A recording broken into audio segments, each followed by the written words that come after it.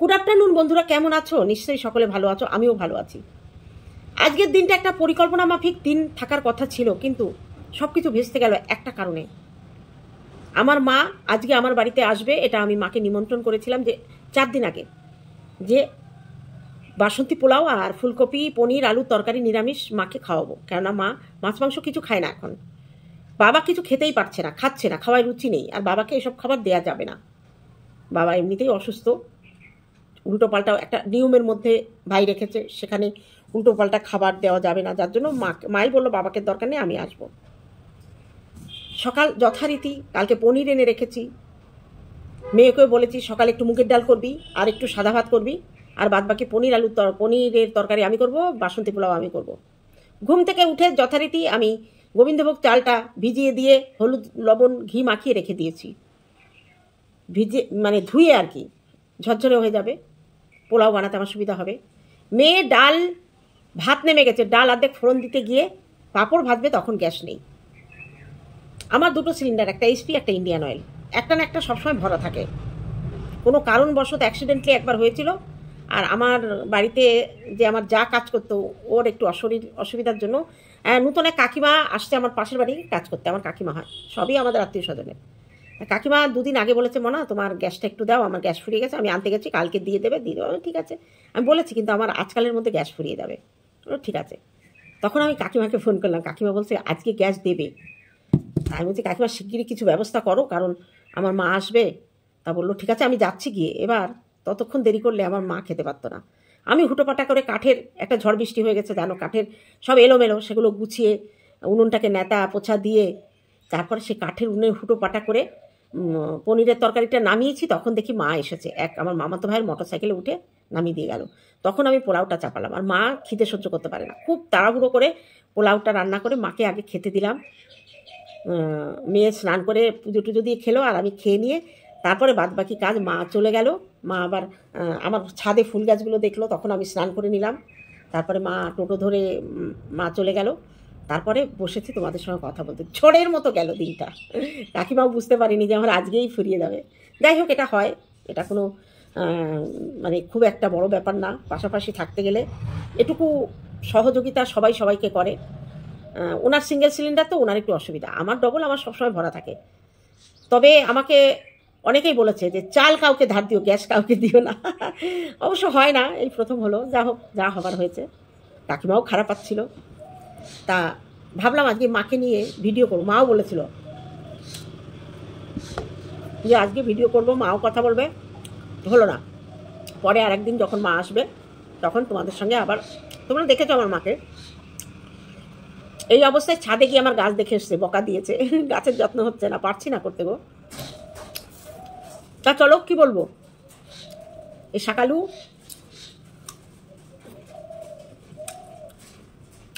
আর এই যে কুল, হ্যাঁ মন্দিরা দেখে না, এই কুলগুলোকে বলে আপেল কুল।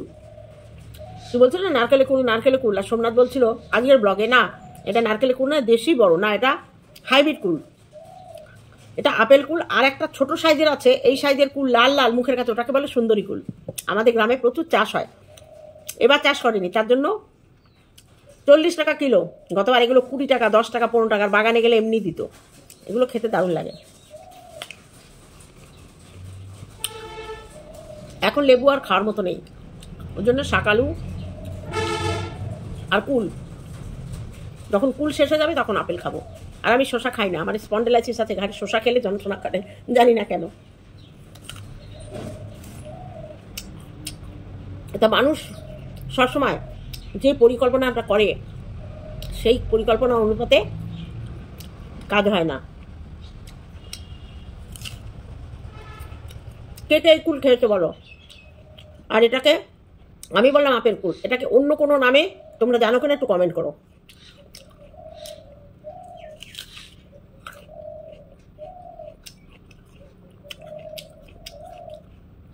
একজন আমাকে কমেন্ট করেছো যে আমার স্কিনটা এত ভালো কেন, রহস্যটা কি? রহস্য হচ্ছে ফল আর জল খাই আমি, প্রচুর ফল খাই আর একদম পরিমাণ মতো জল খাই। আর একটা কথা, প্রচুর পরিমাণে মুসুম্বি লেবু, কমলা লেবু, এগুলো খাই আমি। মুসুম্বি লেবু, কমলা লেবু এতে নাকি স্কিনের অনেকটা উপকার করে।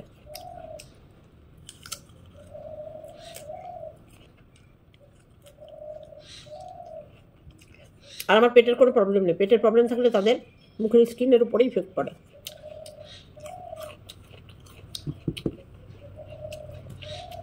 এক কিলো শাকালু 30 টাকা, 515 টাকা।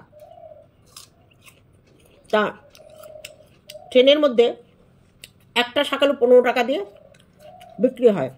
কেটের মধ্যে বিট লবণ আর একটু লঙ্কার গুঁড়ো মশলা ছড়িয়ে দেয়, খেতে মধুর মতো লাগে। আর এটা তো মনে হচ্ছে জল খাচ্ছি।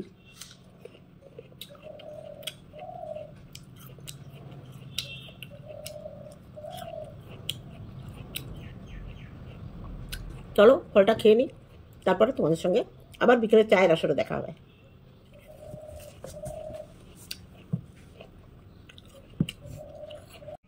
ফল খাওয়ার পরে প্রায় 2 ঘন্টা 1.5 ঘন্টা কেটে গেল, শুইনি কিন্তু এই সবার এক একজনের ভিডিও দেখছিলাম। তারপরে কন্টেন্ট করতে গেলে তো ভিডিও দেখতে হবে, ভিডিও না দেখে তো আর বসা যাবে না ভিডিও করতে, তাহলে ভুলভাল ভিডিও হবে, দর্শকদের জুতো খেতে হবে। ওই জন্য বেশ কয়েকটা ভিডিও দেখলাম। দেখার পরে মনে হলো যে আমি আমার জন্য ভিডিওটা করব। আমি এখন যে ভিডিওটা করব রাতের জন্য, আর রাতে যে ভিডিওটা করব সেটা সকালের জন্য। তা ভিডিও করার আগে আমার সব সময় হয় 1 কাপ কফি, কড়া কফি নয়, কড়া লিকার চা, কফি দিয়ে ব্ল্যাক কফি যেটাকে বলে, এটা আমি খাই। সেই জন্য নিয়ে বসেছি 1 কাপ কড়া কফি। এটা আমি খাবো, খাওয়ার পরে মাথাটাকে বেশ জোশ দিয়ে ভিডিওটা করব। তা চলো কফিটা আজকে তোমাদের সঙ্গে শেয়ার করে নিলাম, স্বীকার করে নিলাম। ভুলভাল। আজকে আমার ব্লগ চ্যানেলে আমি মন্দিরার ঘরটা রং করার কথা বলবো, কারণ আজকে তো কোনো কাজকর্ম দেখায়নি, দেখাতেও পারবো না, সব কাজকর্ম হয়ে গেছে। মন্দিরা যে ঘরে রং করছে তার মন্দিরা ভবনে, এটা আমি আজকে ভিডিওতে বলবো, তবু এখানে বললাম। কমেন্ট সেকশানে অনেকে বলছে রঙগুলো ভালো হয়নি, ক্লাসিক হয়নি রঙগুলো, মানে স্ট্যান্ডার্ড হয়নি। আরও অনেকে বলেছে, সেগুলো আমি ওই চ্যানেল বলবো। এখানে বলছি ঘর রং করার সময় আমরা সাধারণত জানি কি, হালকা লাইট কালার হলে আলো খেলে আর কি, ঘরটাকে বড় দেখায়। দেখো কখনোই না, রঙের জন্য ঘরকে বড় দেখায় না। ব্যবহার যে করবে, যতটুকু ঘর ততটুকুই ব্যবহার করা যাবে। এবার আমরা সাধারণত রং চয়েস করতে গিয়ে সবসময় নিজের চয়েসটাকে উন্নত করার জন্য হালকা করি, হালকা লাইট পিঙ্ক, হালকা লাইট হলুদ। আর এখন বাই কালারের যুগ এসেছে, বাই কালার করা হয় রংটা খেলার জন্য। লাইট কালার মধ্যে একটা ডিপ থাকে। তা মন্দিরা এই ডিপ কালার কেন করছে বলো তো? কেন এই ডিপ কালারগুলো করছে? তার কারণ আছে। আমি যখন ঘর করেছি, আমার ঘরটা হালকা রং, বাইরেটা পিঙ্ক, এই বারান্দাটা পিঙ্ক, আর ঠাকুর ঘরটাও পিঙ্ক। আমার ভেতরে হালকা হলুদ 3টে, একটা দেওয়ালে ব্লু, আর মেয়ের 2টো দেওয়ালে, 3টে দেওয়ালে ব্লু, একটা দেওয়ালে মানে হালকা হলুদ বাই কালার করা। আর ছোটো মেয়ের ঘরে টোটালি ওটাকে কী রং বলে, সবুজও না, কচি কলা পাতাও না, বেশ একটা সুন্দর ধরনের কালার, গ্রিন কালারও না, কালারটা খুব সুন্দর ফোটে। এবার এখন বুঝছি লাল, সবুজ, নীল এই কালারগুলো না ভিডিওর ব্যাকগ্রাউন্ডে থাকলে ভিডিওর ফোকাসটা সুন্দর হয়। যখন ঘরের মধ্যে বসে ভিডিও করা হয়, ব্যাকগ্রাউন্ডে লাল, মানে যত ডিপ কালার হবে তত ছবিটা ফুটবে ভালো। আর মন্দিরা একজন প্রতিষ্ঠিত ইউটিউবার, তার ঘরের রঙগুলো সে এমনভাবে করবে, যেদিক থেকেই ক্যামেরাগুলো ধরা হয় সেদিক থেকেই পিকচার কোয়ালিটি অনেক সুন্দর লাগে, সুন্দর লাগে। কারণ আমি দেখেছি, আমার নিজের অভিজ্ঞতা, আমি যখন বড় মেয়ের ঘরে বসে ব্লু কালার, ব্লু ঠিক না, রয়্যাল ব্লু না, একটু হালকা ব্লু, ওখানে যখন আমি ভিডিও করি না, তখন গ্লেসটা অন্যরকম হয়। আবার আমার ছোটো মেয়ের ঘরে ভিডিও করলে সেটার আলাদা রকম হয়। আবার এই যে বারান্দায় বসে করছি পিঙ্ক কালারের ভেতরে, এটা আলাদা রকম হয়। আবার আমার ঘরে বসে যখন করি হালকা হলুদ কালার, একটু মেরে হয়ে যায়। ওই জন্য যারা ইউটিউবার তারা সবসময় ডিপ কালারটা ঘরে করার চেষ্টা করে, আমার যেটা মনে হলো। কারণ আমি রং যখন করেছি আমার মাথায় ছিল না যে আমার এই ঘরের রঙে কিছুটা আমার ভিডিওর মধ্যে পার্থক্য আসবে। তাহলে আমি একটা দেয়াল অন্তত লাল করতাম, লাল, সবুজ, নীল, এর পেছনে ব্যাকগ্রাউন্ড দিয়ে ভিডিও করলে দারুণ রং খেলে, দারুণ খেলে। তাই এটা আমার মনে হলো, তাই আমি এখানে বললাম। একটু লম্বাও হলো ভিডিওটা, অন্তত 10 মিনিট তো করতে হবে রে বাবা, বোঝো না কেন?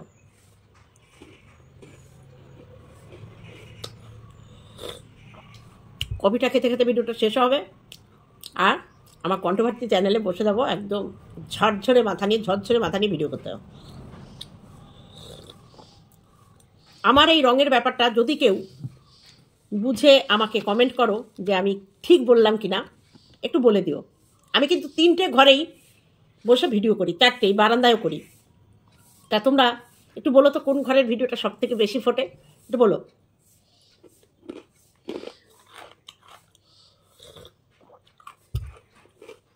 আমি কিন্তু এখানে লাইট জ্বালাইনি, আজকে লাইট জ্বালাইনি। দেখো লাইট জ্বালালে ফকফকে হয়ে যায়। জানি না এখানে বসে যদি আমি লাইট জ্বালাই, রাতে ভিডিও করি, কেমন ফ্যাকাশে ফ্যাক্টা মার্কা হয়ে যায়। এগুলো সব রঙের ওপরে নির্ভর করে।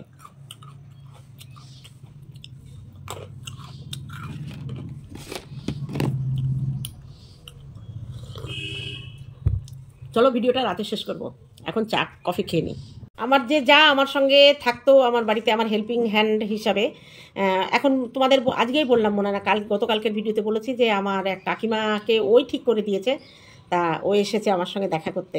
তা আজকে তো তোমাদের সামনে ওর পর্দা ফাঁস করবো, তার মানে ওকে দেখাবো। তা চলো একটু দেখে নাও আমার সেই যাকে, ওর নাম কবিতা। এই হচ্ছে আমার এক কাকিমা, ওই কবিতার বাড়ির পাশে। আর এই হচ্ছে আমাদের কবিতা। ওই কবি কথা বল, এগিয়ে আয়। আমার যা এটা, ও অসুস্থ। কেমন আছিস এখন বল সবাইকে? ভালো আছে। ও ডেঙ্গু হয়েছিল, ডেঙ্গু হওয়ার পরে ও একটু কাহিল হয়ে পড়েছে, সারা শরীর ব্যথা ব্যথা।